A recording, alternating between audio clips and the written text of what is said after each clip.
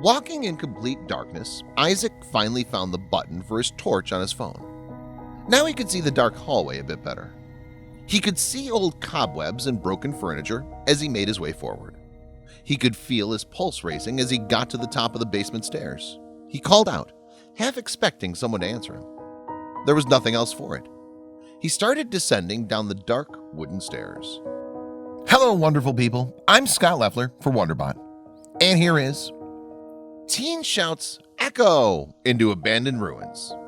Something else calls back. Before we begin, make sure to smash that like button, subscribe to our channel, and click the notification bell for more amazing videos.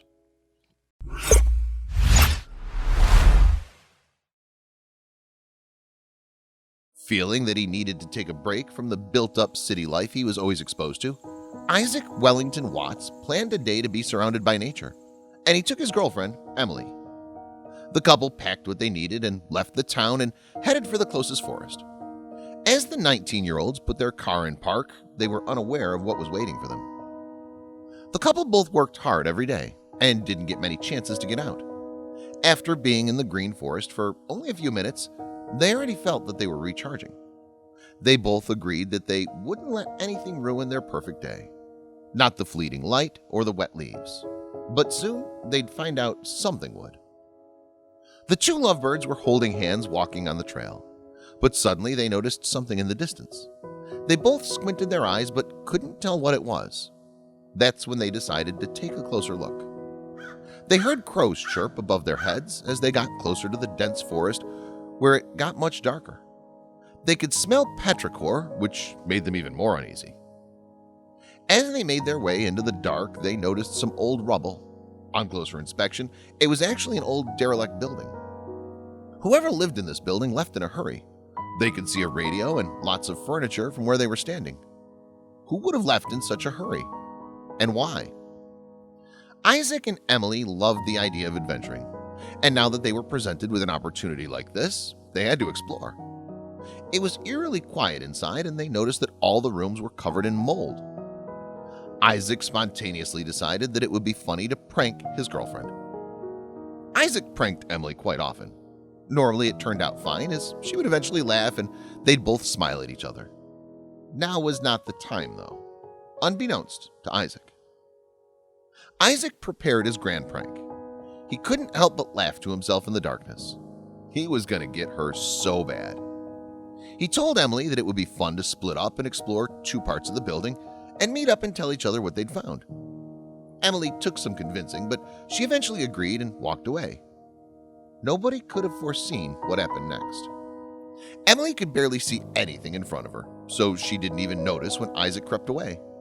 She kept going down the hallway thinking that Isaac was somewhere behind her. She decided that she no longer liked this idea and called out Isaac's name. After there was no answer, she felt a knot twist in her stomach. She took out her phone and turned on the flashlight, but she couldn't see Isaac anywhere. Isaac's plan was coming together. He planned on sneaking out of the old building and getting into a position outside a boarded-up window that Emily would walk past. Then he would shout out, "Hello," as she walked by. Isaac thought about how he'd never let her live it down. He'd remind her every year until they were both elderly. He smiled to himself outside the window, daydreaming of the future. Isaac then frowned as he thought about how he might forget the details with time. He decided that to fix that would be to record it so the reaction on her face would be immortalized forever. He might even post it online and see if it went viral. But while he was daydreaming, he didn't know that his prank wasn't going to go the way he wanted it to. Stubbing his laughter, Isaac calls out into the abandoned ruins. He braces himself for her screams. Instead, he hears something completely different. It's a deep, hoarse male voice, and it calls from somewhere in the darkness.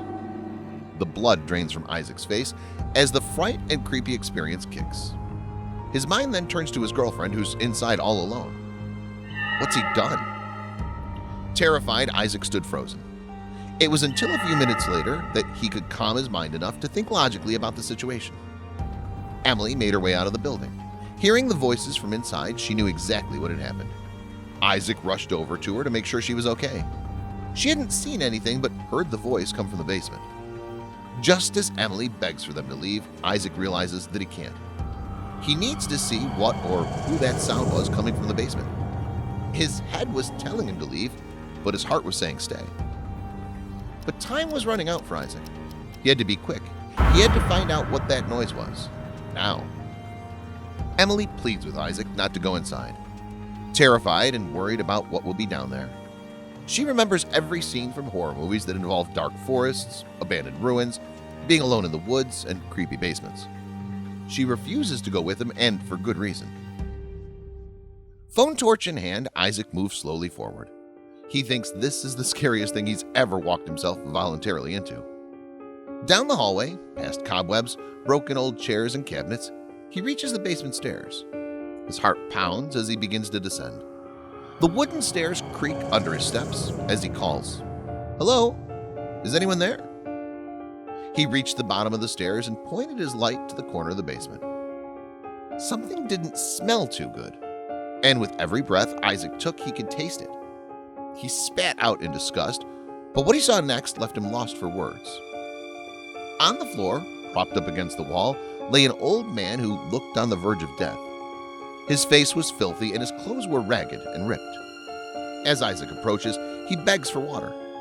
Isaac gives him his water bottle and let the strange man take his fill, then prepares for heavy lifting. Realizing the old man can't walk, Isaac helps him up the stairs and out of the building. They greet Emily, nervously waiting outside, pacing back and forth. As she spots them, she immediately calls the ambulance and the police. As they wait for help, they learn more about the stranger and how he ended up there. The man was 51-year-old James Thompson. Thompson had been hiking through the forest a month ago when he fell and broke his leg. With only enough strength to reach the abandoned building for shelter, he waited and called for help. But no passerby had previously heard him. His shelter was too secluded, resulting in an extremely dangerous situation where no one could find him. Isaac and Emily waited with Thompson until the medics arrived. Thompson was brought straight to the hospital for treatment. If Isaac had not kept his wits and ventured into the eerie building, or had even done so a month later, Thompson would not have made it. Isaac and Emily went into the woods for fun and returned saving a life. Who else can say that?